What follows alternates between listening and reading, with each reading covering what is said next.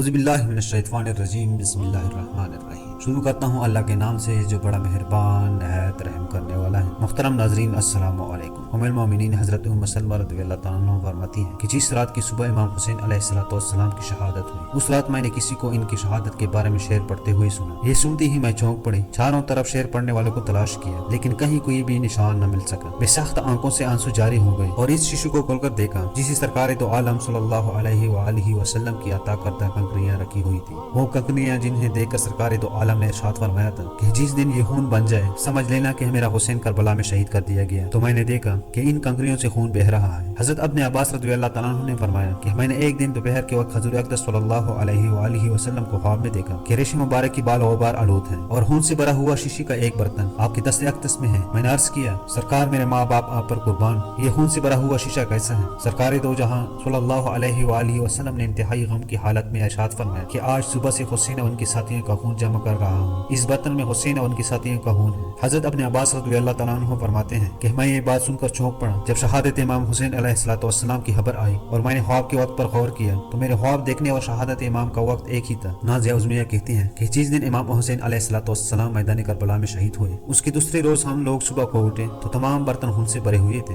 आप अलैहिस्सलाम की शहादत के बाद आसमान इतना तारीक हो गया था कि दिन को तारे दिखाई दिए। एक रिवायत में आता है कि 7 दिन तक आसमान इस कदर तारीक रहा कि दीवारें ऐसी मालूम होती थी गोया शहाब में रंगी हुई हैं और सितारे आपस में एक दूसरे से टकराते हुए नजर आते थे। अबू सईद फरमाते हैं कि दुनिया भर में जहाँ भी जो पत्थर उठाया गया उसके नीचे से ताजा खून निकला, आसमान से खून बरसा। खरासान शाम और कोफा वगैरह में हर घर की दरो दीवार पर खून ही खून नजर आता था। जिनके कपड़ों पर यह खून पड़ गया था उन कपड़ों का एक एक तार अलहदा हो गया मगर खून का दब्बा नहीं गया। उलमा फरमाते हैं कि शफक के साथ जो तेज सुर्खी देखी जाती है ये शहादत इमाम हुसैन अलैहिस्सलाम से पहले नहीं थी। बाद शहादत 6 महीना तक आसमान के किनारे सुर्ख रहे, फिर ये सुर्खी जाहिर हुई। हजरत मुआवद की बहन की साहबजादी हजरत हिंद का बयान है, एक मरतबा अल्लाह के प्यारे रसूल सल्लल्लाहु अलैहि वसल्लम मेरे खेमे में तशरीफ लाए। कुछ देर आराम फरमाने के बाद जब बैदार हुए तो पानी तलब फरमाया, अपने दोनों हाथों को धोया और कुल्ली फरमाई। खेमा के बाहर झाड़ियों में जहाँ पर हजूर ने कुल्ली का पानी डाला था सुबह हमने देखा तो वहाँ पर एक अजीब किस्म का दरख्त पैदा हो गया है जिसमें बड़े बड़े फल लगे हुए हैं जिनमें अंबर की जैसी खुशबू और शहद जैसी मिठास है। इन फलों में यह हसीयत थी अगर भूखा खाए तो सैर हो जाए, प्यासा खाए तो शराब हो जाए, बीमार खाए तो शफायाब हो जाए और कोई ऊँट या भेड़ बकरी वगैरह इसका पत्ता खाए तो उसका दूध ज्यादा हो जाए। हमने उसका नाम शजरा मुबारक यानी बरकत वाला दरख्त रखा था। अतराफ व जवानिब से कसीर तादाद में लोग आते थे और इससे फायदा हासिल करते थे। अचानक एक सुबह को हमने देखा कि इस दरख्त के तमाम पल गर गए और पत्ते सूखे हुए हैं। हम लोग बहुत परेशान हुए कि ऐसा क्यों हुआ। इतने में इत्तला मिली कि अल्लाह के प्यारे हबीब सल्लल्लाहु अलैहि वसल्लम का विसाल हो गया है। फिर चंद दिनों के बाद दरख्त में नए पत्ते आ गए, फल भी लगे मगर कम। इस वाक़े के तकरीबन 30 बरस बाद एक सुबह को फिर हमने देखा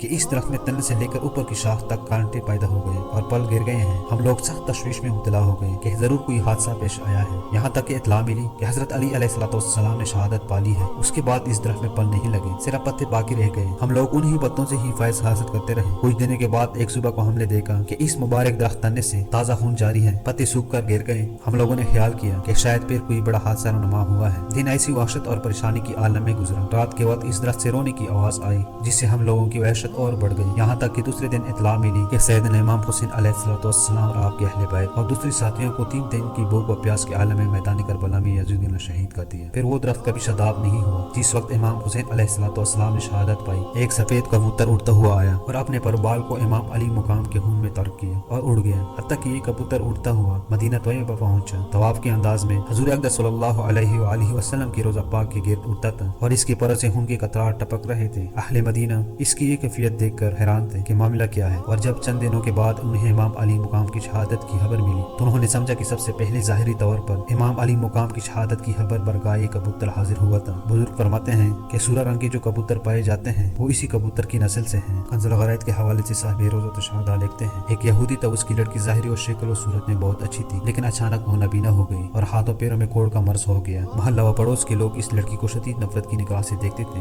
यहाँ तक कि यहूदी अपनी लड़की को लेकर शहर से बाहर एक बाग में मुकीम हो गया। दिन भर शहर में कारोबार करता, शाम को बाग में लड़की के पास आ جاتا۔ ایک دن اتفاقاً ایسا ہوا کہ یہودی کاروبار میں اتنا مصروف ہوا کہ شام کو باغ میں واپس نہ آ سکا۔ لڑکی نے تنہا ایک درخت کے نیچے رات گزاری۔ صبح کے وقت لڑکی نے قریب ہی دوسرے درخت پر ایک پرندے کی دردناک آواز سنی۔ وہ اسے برداشت نہ کر سکی اور کسی طرح گھسیٹتے ہوئی درخت پر پہنچ گئی۔ اگرچہ وہ نبی نہ تھی لیکن اپنے سر کو اوپر کی طرف اٹھا کر رونے والے پرندے کی طرف متوجہ ہو گئی۔ اچانک اس پرندے کے پر سے ایک گرم قطرہ اس کی دائیں آنکھ میں ٹپکا تو اس کی وہ آنکھ روشن ہو گئی۔ پھر خون کا ایک قطرہ اس کے دائیں ہاتھ پر ٹپکا، وہ ہاتھ ٹھیک ہو گیا۔ لڑکی نے یہ کیفیت دے کر بائیں ہاتھ پلا دیا، اس پر بھی ایک قطرہ ٹپکا، وہ ہاتھ بھی ٹھیک ہو گیا۔ قطرہ خون کو لڑکی نے اپنے بائیں آنکھ پر مل لیا، وہ آنکھ بھی روشن ہو گئی۔ جس کے بعد لڑکی نے چند قطروں کو اپنے ہاتھوں پہ لے کر پوری بدن پر مل لیا، جس سے وہ پوری طور پر صحت یاب ہو گئی، گویا کوئی مرد تھا ہی نہیں۔ اب لڑکی اٹھی، اتنے میں وہ یہودی بھی آ گیا لیکن اپنی لڑکی کو پہچان نہ سکا۔ اجنبی عورت سمجھ کر پوچھنے لگا، یہ عورت تو کون ہے؟ میں اس باغ میں اپنی ایک لڑکی کو چھوڑ گیا تھا، تجھے کچھ اس کا حال معلوم ہے کہ وہ کہاں گئی؟ باغ میں اسے جہاں چھوڑ کر گیا تھا وہاں وہ نظر نہیں آ رہی۔ لڑکی نے کہا کہ ابا جان آپ نے مجھے نہیں پہچانا، میں ہی آپ کی وہ اپاہج لڑکی ہوں جسے آپ باغ میں چھوڑ کر گئے تھے۔ یہودی انتہائی خوشی میں بے ہوش ہو گیا۔ کچھ دیر کے بعد جب اسے ہوش آیا تو لڑکی نے سارا واقعہ بیان کیا اور یہودی کو اس درخت کے نیچے لے آئی جس پر وہ پرندہ ابھی تک بیٹھا ہوا گریہ وزاری کر رہا تھا۔ یہ پرندہ کون سا تھا؟ صاحب کتاب نے اس کی وضاحت نہیں فرمائی۔ یہودی نے اس پرندے کی جانب مخاطب ہو کر کہا کہ یہ مبارک پرندے تیرے گریہ وزاری کا سبب کیا ہے اور تیرے پروں سے ٹپکنے والے یہ خون کے قطرے کیسے ہیں جن سے ایسی برکات ظہور ہوا ہے؟ اللہ عز و جل نے اس پرندے کو قوت گویائی عطا فرمائی۔ اس نے بحکم الہی کلام کیا کہ اے یہودی، ہم پرندوں کی ایک جماعت فلاں جنگل میں رہتی تھی کہ صبح اپنے گھونسلوں سے اٹھ کر اطراف میں چلے جاتے اور دانا پانی حاصل کرنے کے بعد اپنے گھونسلوں میں واپس آ جاتے اور جس نے جو کچھ کھایا پیا ہوتا